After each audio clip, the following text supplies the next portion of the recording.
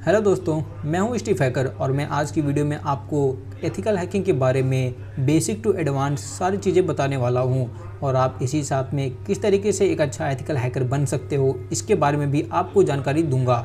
और हैकिंग करने के लिए या फिर एथिकल हैकर बनने के लिए आपको कौन कौन से बेसिक सर्टिफिकेट्स होने चाहिए उसके बारे में भी आपको मैं बताऊँगा। तो हैकिंग करने से पहले हम लोग समझ लेते हैं कि हैकिंग होती क्या है। अगर किसी सिस्टम को या फिर किसी डिवाइस को आप उसके बिना परमिशन से आप उसका एक्सेस ले लेते हैं तो इसी को कहते हैं हैकिंग। सिंपल भाषा में इसी को हैकिंग कहते हैं दोस्तों। अब हैकिंग दो तरीके की होती है। सबसे पहली होती है एथिकल हैकिंग और दूसरी होती है अनएथिकल हैकिंग। तो सबसे पहले हम लोग समझ लेते हैं एथिकल हैकिंग क्या होती है।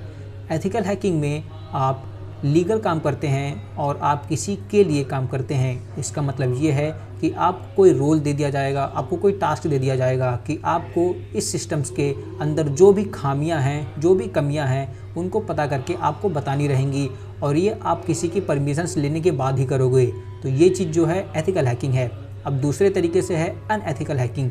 तो इसमें ही इसका कंप्लीट अपोजिट होता है। इसमें आप किसी से परमिशन नहीं लेते हो, किसी के अंडर में काम नहीं करते हो और किसी का ऑर्डर नहीं फॉलो करते हो।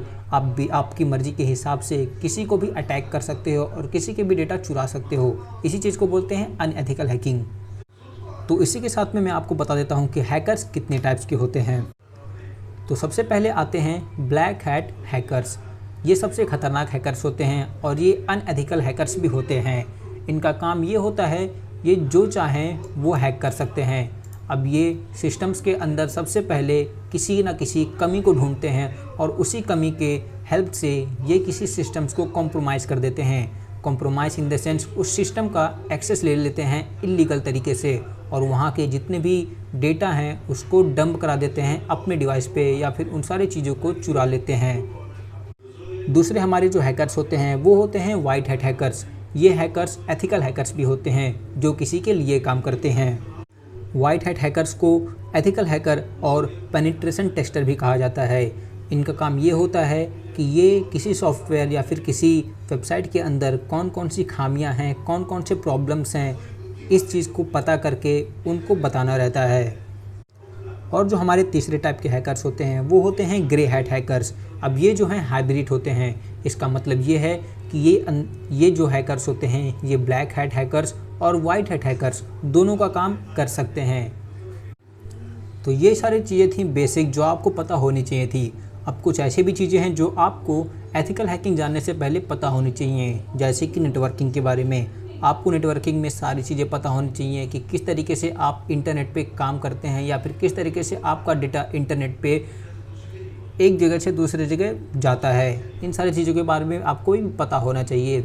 आपको इसी के साथ में DNS पता होना चाहिए, आपको इसी के साथ में HTTP के बारे में पता होना चाहिए, आपको पता होना चाहिए SSH क्या होता है, FTP क्या होता है और इसी के साथ में आपको कुछ प्रोग्रामिंग लैंग्वेज भी आना चाहिए, जैसे कि हो गया पाइथन या फिर जावास्क्रिप्ट। ये आपको बहुत ज़्यादा हेल्प करेंगे जब आप एक अच्छा एथिकल हैकर बन जाओगे और उस टाइम पे आपको ये सारी चीज़ों की रिक्वायरमेंट होगी।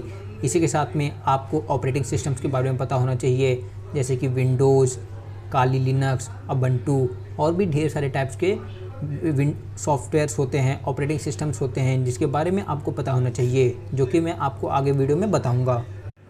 तो आज की वीडियो में इतना ही और अगली वीडियो में हम जो अपना पढ़ेंगे वो हमारा है एथिकल हैकिंग का सेकेंड चैप्टर, जिसको कहते हैं फुटप्रिंटिंग। तो इस चैप्टर में हम लोग पता करेंगे कि हम किस तरीके से अपने विक्टिम के बारे में इंफॉर्मेशन जान सकते हैं, उसके बारे में हम किस तरीके से टूल्स को यूज़ करके उसके बारे में इंफॉर्मेशन निकाल सकते हैं और ढेर सारी चीज़ें जो हैं हम इस चैप्टर में सीखने वाले हैं।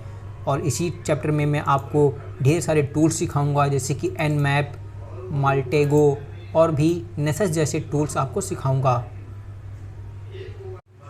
इसी के साथ अब बात करते हैं सर्टिफिकेशंस की। अगर आपके पास एक CES की सर्टिफिकेट होता है जो कि सर्टिफाइड एथिकल हैकर की है, जो प्रोवाइड होती है इसी काउंसिल के थ्रू, तो वो बहुत ज़्यादा रेप्यूटेड और वैल्यूएबल सर्टिफिकेट है।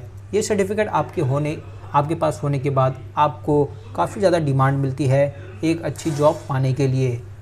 बाकी अगर आपको सिर्फ एक एथिकल हैकर बनना है या फिर आपको सिर्फ एक हैकर बनना है तो उस टाइम पे आपको इस सर्टिफिकेट की कोई रिक्वायरमेंट नहीं है। एक अच्छा एथिकल हैकर बनने के लिए या फिर एक अच्छा हैकर बनने के लिए आपको सिर्फ एक ही चीज़ की रिक्वायरमेंट है और वो है आपके टेक्निक और आपकी स्किल।